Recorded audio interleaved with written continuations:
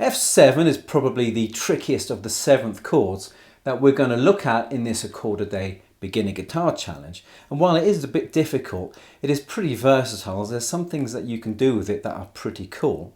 And also, it goes really well with a classic slice of Elvis Presley rock and roll. And I'll show you that in a moment. But first, let's have a look at the chord shape. This version of the F7 has this mini bar here. And a bar is when you cover multiple strings with one finger. So for example, in this F7 shape, we're going to cover the top 4 strings with our first finger. And we've seen something similar with the F major chord when we covered the first 2 strings, the E and the B string, with just the first finger. But this time we're covering the top 4 with that first finger. And the thing to notice is that your finger is on its side, kind of. It's not like the chord diagram where it looks flat, but it's on its side. Now, and when you press down,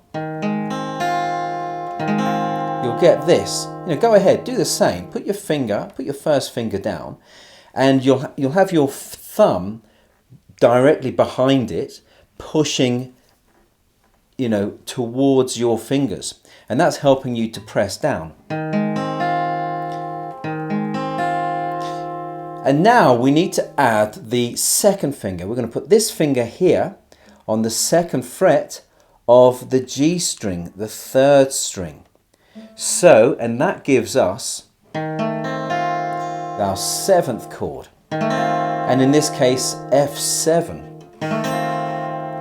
And it is a bit tricky because it does require a bit of strength to hold the strings down, but it's again something with time, with patience, with practice, it's something that you will get. As you see from the diagram, the 6th and the 5th strings are not played. And unlike other chords where you can dampen the 6th string with your thumb, for example the A major chord, you can dampen that string with your thumb, you can't really do that with this chord. However, the 5th string, you'll probably be able to use the tip of your first finger to just touch it and dampen it slightly, like that. So you still got those 4 strings ringing out, but that first finger, that little tip there is just touching it gently. So be careful with the 6th string, you don't really want it ringing out. But what is really great about this chord shape, and unlike for example, the G7 or the D7 chord, is that without doing anything else to this chord shape, not changing anything, not adding any fingers, you can move the whole chord shape up and down the fretboard. And this doesn't just give you F7, but it also gives you F sharp 7, G7, G sharp 7, and another version of A7. And if you go down, A7, A flat 7, G7, G flat 7, and back to the magnificent F7. So as I said, it's pretty versatile. You can use this chord shape for other 7th chords. Now I like to practice major chords and 7th chords using a really classic chord progression, the 12-bar blues. And we're going to use the 12-bar blues in the key of C, and we're going to use the 7th chords. And so here's the chord progression on the screen, and you can see there is C7, F7, and there's a G7. And you can also see the chord shapes that we're going to use for this progression. So the C7 chord looks like this, the F7 as we've just seen, and the G7. And we're going to be really pushing you with this F7 because you can see it's C7, then you've got 1 bar of F7 and then 2 bars of C7. It's kind of pushing you immediately to get that chord going. So let's try this together slowly. And as I said, we'll be using the chord shapes that we just seen on the screen for C7 and G7. And if you need any help with those chord shapes, then click this link here when you finish this video. 1, 2, 3, 4. 1, 2, 3, 4. 1, 2, 3, 4. 1, 2, 3, 4. 1, 2, 3, 4. 1, 2, 3, 4. 1, 2, 3, 4. 1, 2, 3, 4. 1, 2, 3, 4. 1, 2, 3, 4. 1, 2, 3, 4. 1, 2, 3, 4. 1, 2, 3, 4. And just finishing on the C7 there. Yeah, it is a pretty tricky chord. Even for me, holding it down is quite a challenge, and I still get the odd bit of ringing, the odd bit of buzzing when I play it. And I am using quite a bit of force as well to help me hold down those notes, those strings I should say. Now let's do it again, and this time I'm going to push you even further. So this time when we play the G7 chord, you're not going to use that open shape here.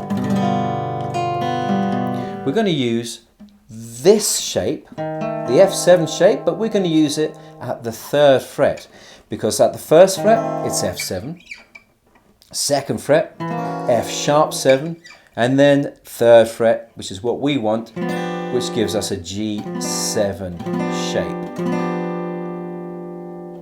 Your guitar may have dots on certain frets, and usually, well, not on this one though, you have a dot on the 3rd fret here and here as well, and this can help you guide you. This can help guide you around the fretboard so that you know where you're going. So this is the 3rd, the 5th, 7th, 9th, and then the 2 dots at the 12th.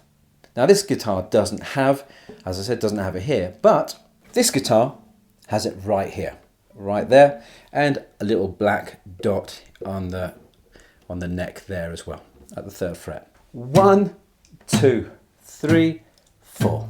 2, 3, 4. 1, 2, 3, 4. 1, 2, 3, 4. 1, 2, 3, 4.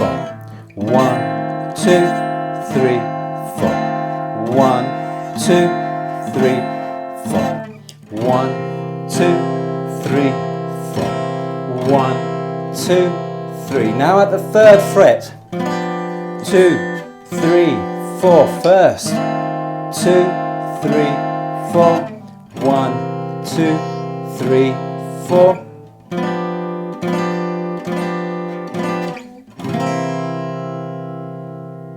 Yes, a pretty tough chord to play, but it's worth it to be able to play different chords at different frets. Now, I've got a load of backing tracks here that you can use, 12 bar blues, and you'll find one for the C major. So when you finish this video, click that link and do some practice with that F7 chord shape. Now, I said earlier, Elvis Presley, and a great classic piece of rock and roll from him is Hound Dog. And this also uses the 12 bar blues chord progression and in C. But it's slightly different, and you can see the chord progression on the screen now. And the first 4 bars are just C7. The rest is the same except for the last bar, which is just a C7. So it's easier than what we've just been practicing. Now the strumming pattern that you could use for this is on the screen as well, and you can see it's 4 beats in the bar, so 1, 2, 3, 4, but we're going to be using downstrokes and down strums and up strums as well. So it's going to be 1, 2 and 3 and 4 and. And what you notice is that you're not strumming on that third beat. So 1, 2 and 3 and 4 and 1, 2 and 3 and 4 and. So we can play the song like this, and we'll do it a little bit slower. And it goes to you ain't nothing but a hound dog, crying all the time. You ain't nothing but a hound dog, crying all the time. Well, you ain't never caught a rabbit and you ain't no friend of mine. And they said you were high class. We played it quite slowly there. Now, if you're playing along to the record, you're going to need to speed up. You're going to need to really push yourself and get those chord changes a lot quicker. And as always, it's practice. That's what will get you working. That's what will get you towards quicker chord changes, smoother transitions. Practice and persistence. So keep at it. Check out the other 7th chord lessons here for beginners. And thank you so much for joining me today. Happy strumming.